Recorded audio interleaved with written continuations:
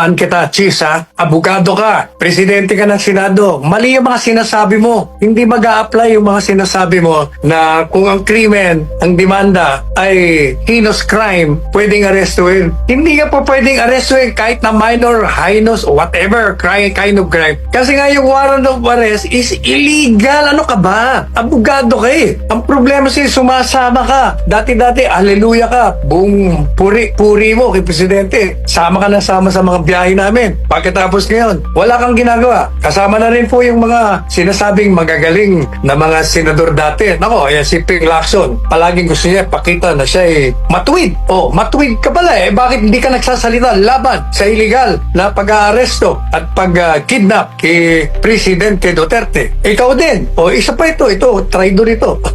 Si Tutol ang Pilipino. Ginagabi niya Tutol. Yan ang bagay. Tutol ang Pilipino. Wala niya na kung sino yun. Hindi sila nagsasalita. Alam na nga nila na illegal. Mali. Isus Maria Joseph naman. Ang sarap pumpugi ng mga ulo niya.